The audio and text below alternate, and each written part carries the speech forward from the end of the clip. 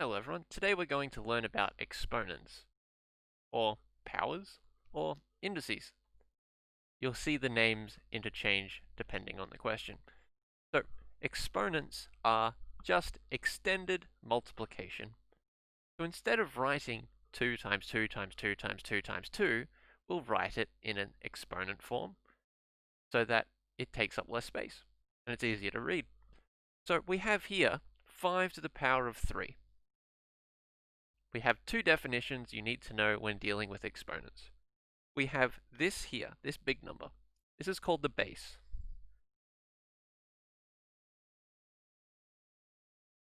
And this little number up here is called the power.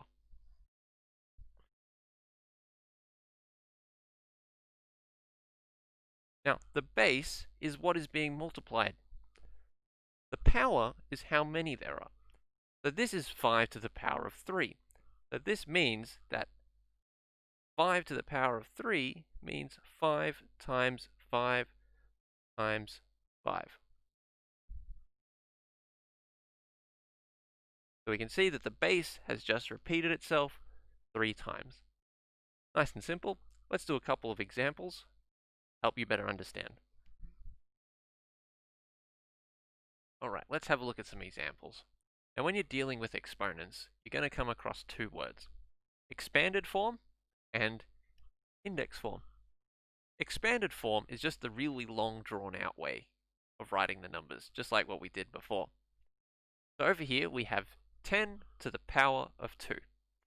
10 is the base, 2 is the power. So that means that this is just 10 times 10. Not 10 times 2. 10 times 10. So this here is equal to 10 times 10. Now exponents can become really, really big. So we don't always ask you to evaluate, but sometimes we might. So the next example is 3 to the power of 4. The 3 is the base, and 4 is the power.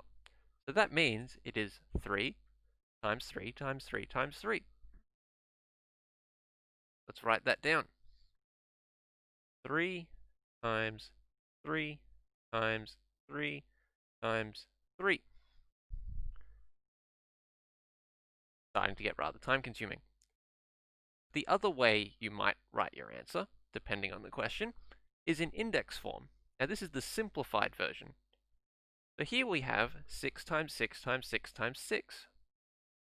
So the first thing you need to ask yourself is what number are you multiplying? Well, it's 6 in this case.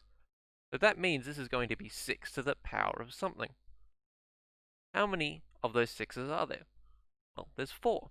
So that means that in index form, it's going to be 6 to the power of 4.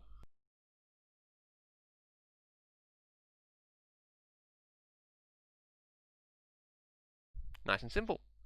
The next example, we have negative 1 times negative 1 times negative 1 times negative 1.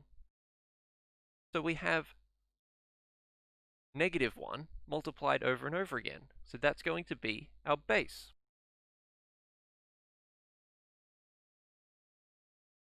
Now how many are there?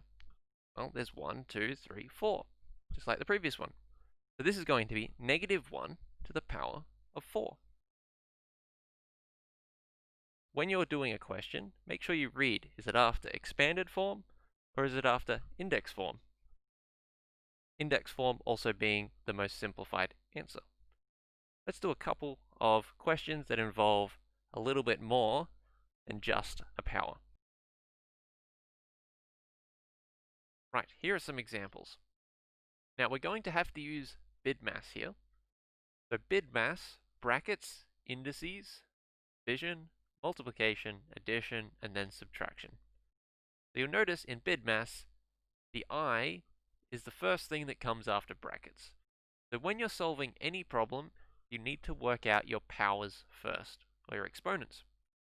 So here we have 2 squared plus 4 squared, or 4 to the power of 2 and 2 to the power of 2. The first thing we have to do is work out what 2 squared is.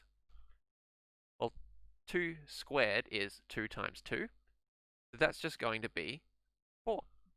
So this is equal to 4 plus 4 to the power of 2 means we have 4 times 4. If you need to use a calculator, you're welcome to do so. 4 times 4 is 16. So now we can follow the rest of BIDMAS because we've already done the powers. We don't have any division. We don't have any multiplication. We do have an addition though. So let's do the addition next. So 4 plus 16 is 20. That one was pretty easy. Multiplication and division. Now division is a little bit trickier, but if you know the tricks, it's pretty simple. So we have here 3 to the power of 5. So that's 3 times 3 times 3 times 3 times 3 times 3. And we have 3 to the power of 2 on the bottom. Now we can write this in extended form. So this is just 3 times 3 times 3 times 3 times 3. Now on the bottom, we have 3 times 3, because we just have 3 to the power of 2. So let's write that in.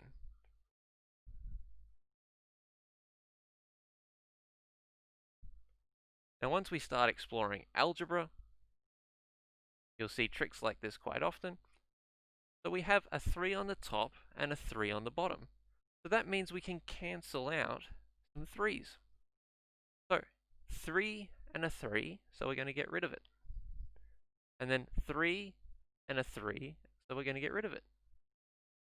But we've cancelled out the 3 because 3 divided by 3 is just 1. If there's something on the top and the bottom that's the same thing, they'll cancel out. So now we're just left with 3 times 3 times 3.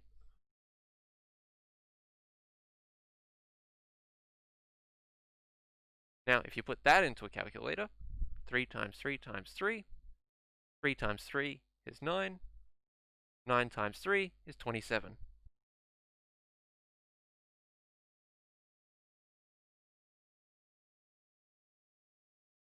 Little bit tricky, but once you know this trick of crossing out things that are the same and cancelling them out, it becomes much simpler. Now this next one, we have 1 to the power of 5 times 6 to the power of 2. The first thing we have to do is work out our powers. 1 times 1 times 1 times 1 times 1 is just 1, so it doesn't matter how many 1's we have, it's always going to be 1. And then we have 6 to the power of 2. Well, 6 times 6, 36. So let's put that answer in over here. We have 1, because 1 to the power of 5 is 1, times 36, because 6 times 6 is 36. And then once we've worked out all our powers, we can then do our multiplication, which is just equal to 36.